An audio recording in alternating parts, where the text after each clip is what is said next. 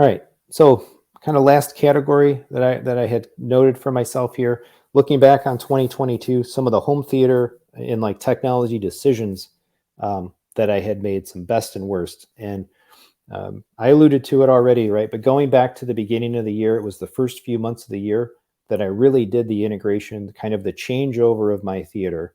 And I think that has just been phenomenal, quite honestly. And if I could go back 4 years ago and kind of and start with the design choices that I have in the room right now, I'd love nothing more than to have been able to go back and do that. So if I think about the things that I did, right, I took in-room speakers out and I put in all architectural speakers, basically all in walls, in ceiling, in walls, and then changed the screen over from a fixed screen, normal screen, to an acoustically transparent, put those LCRs behind the screen. That is just phenomenal. For home theater, I think there's really no other way to do it. Get those speakers behind the screen. And I even felt it last night. Every time I use the room now, I feel it. Sitting there, watching Strange World last night, that dialogue, it's coming from from behind the screen, from behind the character, all of that front channel audio coming from behind the screen.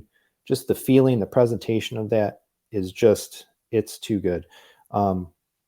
And I don't think any of the trade-offs related to going, I don't think there's any negative trade-offs associated with going acoustically transparent. None of those negative trade-offs to me matter as much of the pros of having done it and having those speakers behind that screen.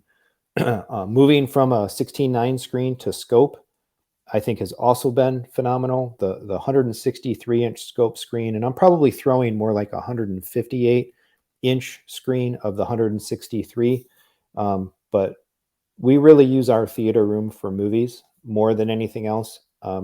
Even this year, I don't know that I've even gamed down there at all this year, other than just experimentation. We're down there watching movies. We're down there watching premium, usually widescreen television shows, stuff like The Boys, Stranger Things, right? Wider than 16:9 presentation style television shows.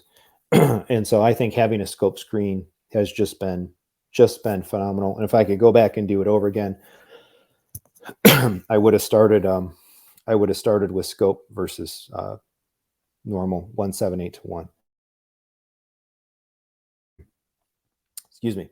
And I think the upgrade of equipment, the additional having the room just treated and finished and all of that, the way that I did it in the second build is probably one of the best decisions I've ever made. So Theater 2.0 in 2022, I think, has been a resounding success. The only other major thing that I think I could hope for is still wanting to get those theater chairs. We'll see what happens in 2023 for that. But hopefully the content on the channel helps for anybody out there that's contemplating, a dedicated projection-based home theater. I have what I called like the home theater builder series, some of the very first videos I made on the channel, where I talked at length about the design decisions I made in the room 4 years ago and why the room was what it was. And then I vlogged the whole experience coming out of 2021 and into the first quarter of 2022 about that room rebuild. If you're hearing this and you're thinking about a project like that and you want some just real personal reflection and thoughts about decisions made, mistakes that I made that I could hopefully my talking about it can help you avoid, check that stuff out. Because I think from a tech home theater perspective, and that room, every time we go in there and watch a movie, I'm just loving it.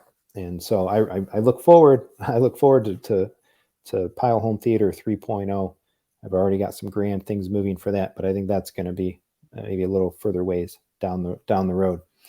And so my other kind of best of, or like favorite decisions for the year is out of redoing the theater room really inspired me to change over the living room a little bit more and step up the audio game in the living room a bit, running the separates in there, the same Focal Anthem Parasound, that trifecta, I think is just so great together. But stepping up the audio in the living room really makes me enjoy using the living room system more, to the point that sometimes, if we're just looking to chill and it's not like a super high fidelity movie, we're happy, just watching it in the living room. If we don't want to go downstairs, my wife and I, just to pop up an episode of a good TV show late at night, like, man, I'm good. I'm good in the living room. That LG OLED, it looks phenomenal. Those full cal 1000s and a 2.2 setup, Anthem processing, parasound amplification, it sounds phenomenal. Moving that system back up with the Anthem gear let me run EQ in there again, and I think that helped deal with some of the anomalies that are kind of present in that space. So I think I'm 2.2 for life in the living room. I look forward to trying out some other speaker brands and experimenting with more gear in there. I already recorded a video for what my next bigger kind of rebuild focus is going to be. Hopefully tearing up and redoing some of the structure of the living room a little bit, moving some gear up and being able to do some more reviewing and demoing of different brands and products and all of that for hi-fi and 2-channel in the living room. Very excited about that. But I exit this year with my spaces and my equipment and all of that in a place where I am happier with it than I have probably ever been.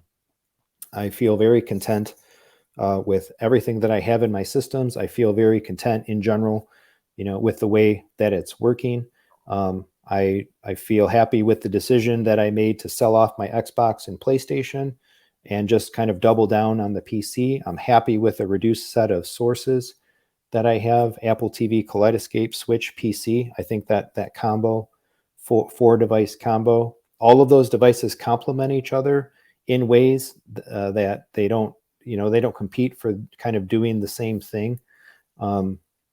Obviously, 2 of them play games and 2 of them watch movies, but they do it with a different feeling, different purpose, in different ways or different levels of quality and things that they complement. They don't kind of detract, and they don't create that paradox of choice or just too many things running. Again, that trifecta, full cal, Anthem, parasound, has just been working phenomenal. Tack in a couple of Arundel sound subwoofers or the Triad subwoofers in the living room, JVC projector, the LG television from a picture quality performance and gaming performance perspective. And again, I feel happy to the point where it's like, man, like I don't really know if it wasn't even for the channel, like I don't feel super compelled to change a whole lot of stuff. Anything that I change from here on out is like taking something that is just so good, and trying to make it just a little bit better. But I've got nothing nagging me other than control 4 and stuff like that.